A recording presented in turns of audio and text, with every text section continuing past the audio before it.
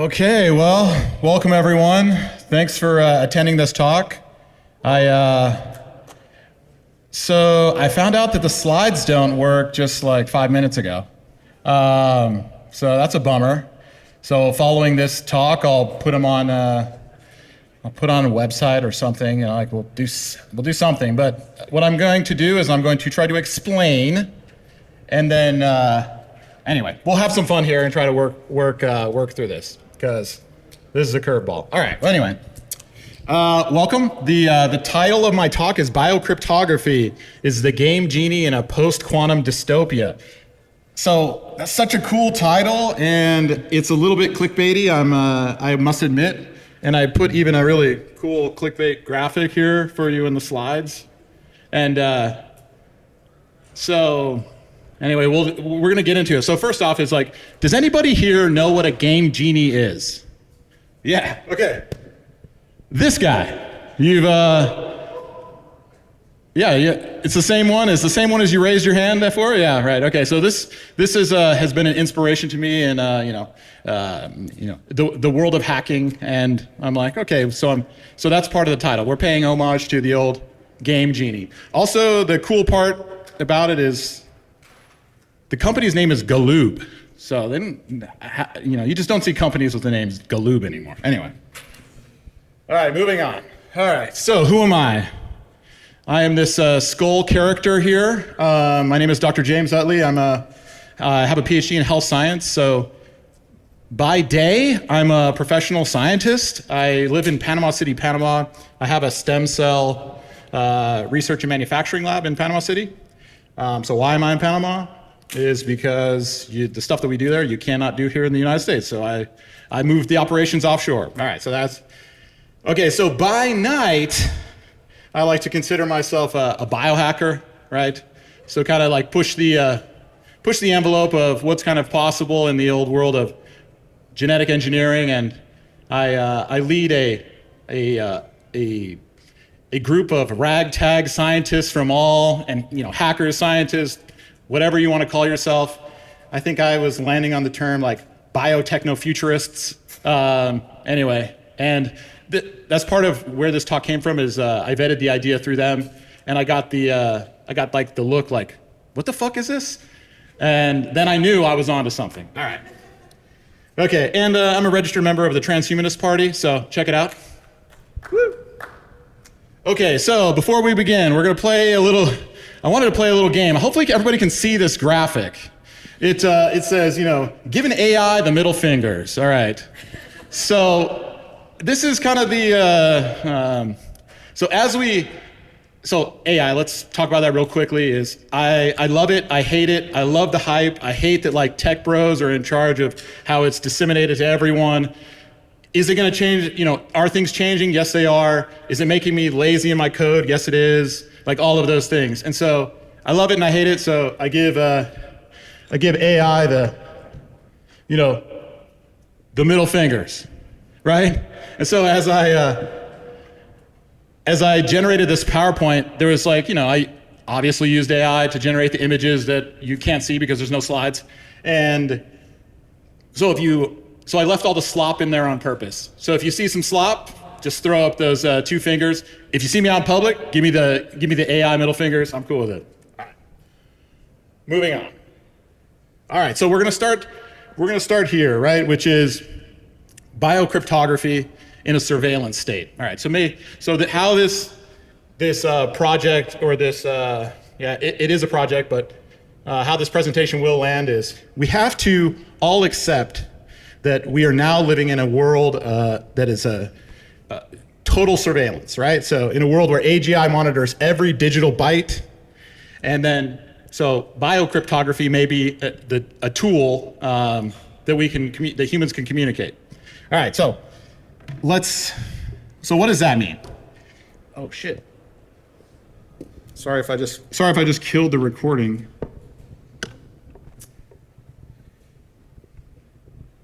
And there's a lot to get through. So make sure that, can you give me like 10 minutes before it's done? Before I'm out of time? Yeah. Okay. All right, very cool. All right, so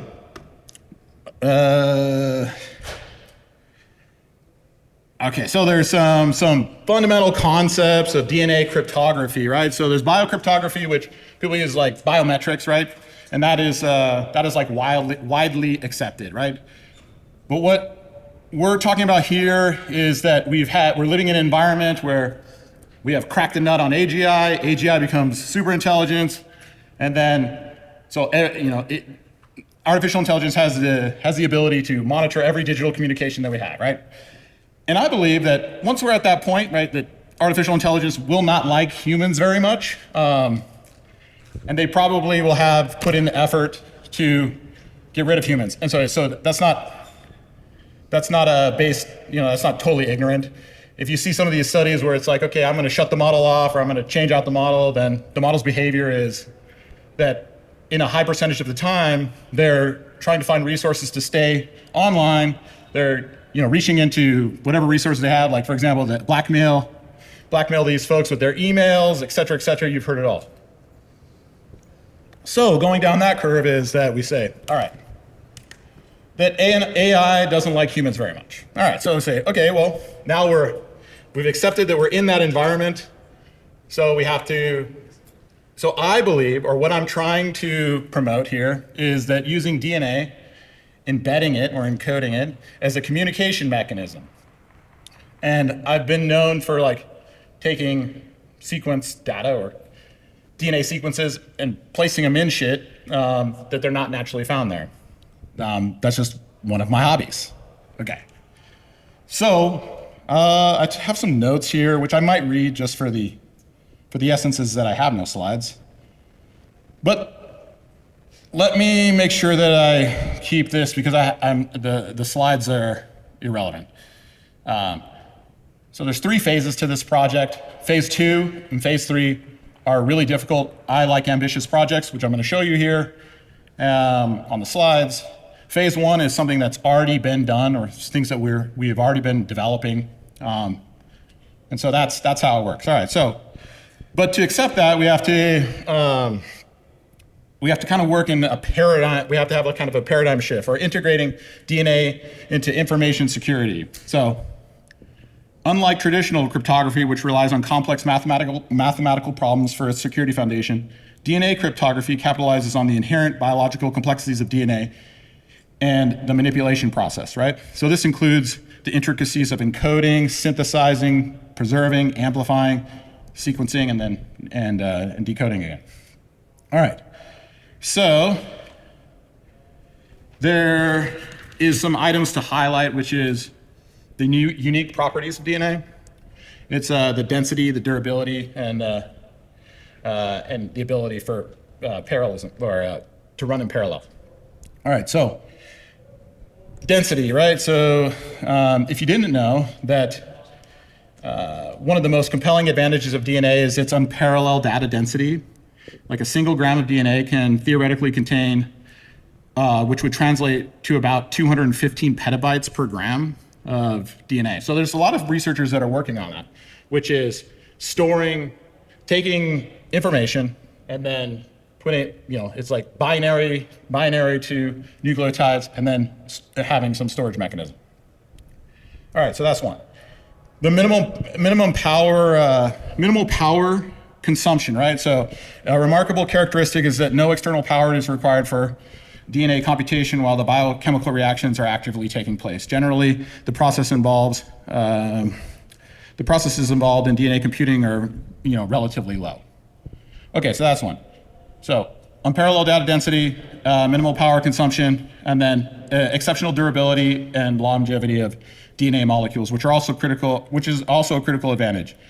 It can retain information for hundreds and thousands of years under appropriate storage conditions, and that's evidence, of any ancient preserved samples.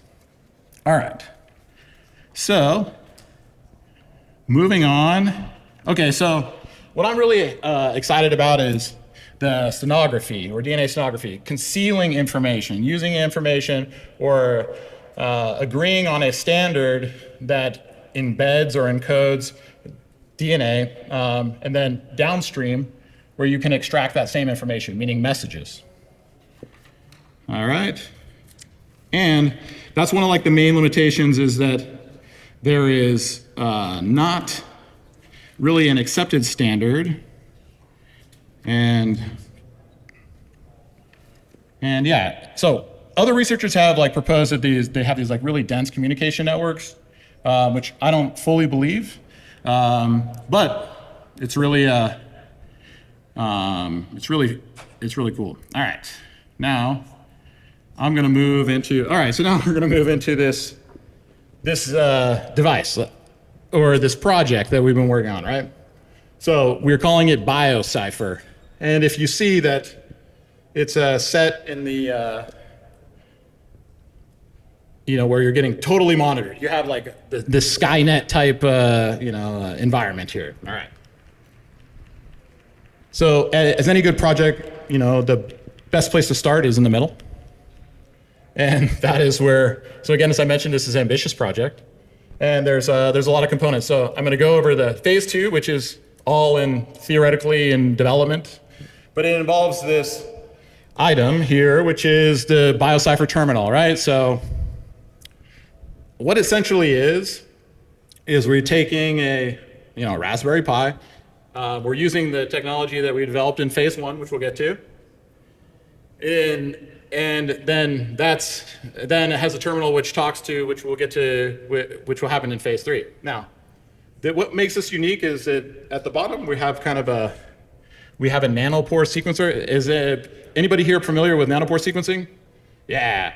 So let's just get to, okay, here's a nanopore sequencing, which essentially uses this device, which is a flow cell, which is really manufactured by only one vendor currently. And it's really complicated. So for us, and how I'm selecting to build this thing is I'm going to hijack their technology, meaning buy some of theirs, so I can generate this device here, which is used in, if you see here, so it'll run a current and take that signal from the flow cell. And then you can just run it on your laptop. So a lot of like environmental field work is done that way using nanopore sequencing. So then you get to here, right? So if you see that there's the current, it's opening the pore, splitting the DNA here, and then you're getting this sequence here. Now this sequence will then translate to the message in which you embed it. And that's kind of how it works. So we're reverse engineering technology that is already out there, and hopefully don't get sued doing it. All right, phase 3. Okay, so you're like, okay, I have a message. Hi, Mom. You embed it in. You're like, okay, well, I'm going to take it and I'm going to embed it. I want to embed it somewhere. I want it sequenced. So currently you can, all right, we're going to start here and go backwards. All right, so this is a personal DNA and RNA synthesizer. It's called the kilobaser, right? And essentially, that's how you would synthesize the DNA in the privacy of your home or biohacker lab. But you would do it in a device where we basically ripped that off and then made it as a kind of a take-home node that you can do that. Now, so there's commercial cartridges which are here, which you can't really see. But that's how this works. And boy, this is really hard to explain and show without any slides. So thank you for working with me. And there's some AI slop right there, so throw the fingers up. All right, so, and it all comes back to that Game Genie right here. So the nanopore sequencing flow cell, the Game Genie is an inspiration. Okay, moving on. It's okay, you can leave. I get it. It's hard without slides. All right, so phase 3 we went over. Okay, phase 1. Okay, phase 1 is the application, right? So we built an application, and this is the CLI tool here, which is you can't see it all, but it converts text messages to DNA sequences and back with multiple encoding modes. So the basic is binary to DNA, and then we have one that's optimized for nanopore sequencing. And then we have a farther one, which is the last one, which is a more secure method, which uses a form of AES encryption. All right, so this is for the This is for the CLI guys. I like CLI tools. All right, thank you, thank you. All right, we're gonna get through this. This is the GUI. It's the dashboard. Oh. Okay, so it's really easy. So you have the different modes that I just explained. You enter the message, which is, like here is where are the Epstein files. Encodes it, right? And then you screen it. So you screen it, which gives it a safety screen, which makes sure that there's, just by happenstance, there's no pathogen signatures detected, or there's, there's nothing like too naturally occurring, because then you'll have trouble decoding it. And it gives you kind of a GC content percentage, and it gives you, different statistics at the bottom. All right. So this is the decode feature. So you're placing that same sequence back in after it's made it through a center vector, or however you transport it to your friend that's in Azerbaijan or wherever. Then he decodes the message which says, where is the Epstein files? Oh, great, thank you. Okay, so this is the last part, and so I wanted to take the time here as the audience and make a movie, or I have an idea for a movie. So help me fill in the gaps here. And all right, so first off it's called National Treasure: The Epstein Files. Very cool. All right, so the background is there's the Epstein files there's some hackers have got a hold of the Epstein files, and they needed a mode to communicate it, right? So they say, okay, I have it, I've loaded it into the BioCypher terminal. And now, okay, so here's some ideas of how to transport that data. And this is just to outline like the practical application of this. This is really hard to explain without slides, but okay, so you have the first one, which is you have synthesized the DNA, okay? Meaning you have synthesized the DNA, throw the fingers up for ASLOP, and now you have it as a sprayable, so you're spraying it on plants, right? You're gonna move to the, right? So then on the other end, they can swab it and then sequence it, and then you say, okay, now I got the Epstein files. The second one is, okay, so now you've encoded the Epstein files, and you're like, okay, I'm gonna place a little subdermal bubble on the back of this pig's ear, and that's all that's needed. And then this pig is gonna make it to wherever it's supposed to go, and then you can decode it from that spot. And the last one is if you wanna, so it's like a PPD. If you're a human, and you're like, hey, I'd like to plant this PPD, and you got about like 3 days, 3-4 days or so, and that protein is just gonna hang out in the, everybody's had a PPD before for tuberculosis? No? It's like a little bubble that they'll put at the top of your skin. Anyway, these are ideas. Okay, so here we are, and how do we want to transport the Epstein files here to the final repository? Throw those fingers up, give the AI the middle fingers. Number one, you want to spray it on plants? We want to spray it on plants? Okay, right on. In a pig's ear? Yeah. And then the last one is a human. Just get stopped by TSA. Yeah, there we go. And they say, hey, what's that? Oh, that's the Epstein files in that bubble there. And that speaks to the density of DNA. All right, well, and then you get it to its final resting place, which is BioWikiLeaks. It's a joke, so maybe it exists. I don't know. Maybe it will exist. I don't know.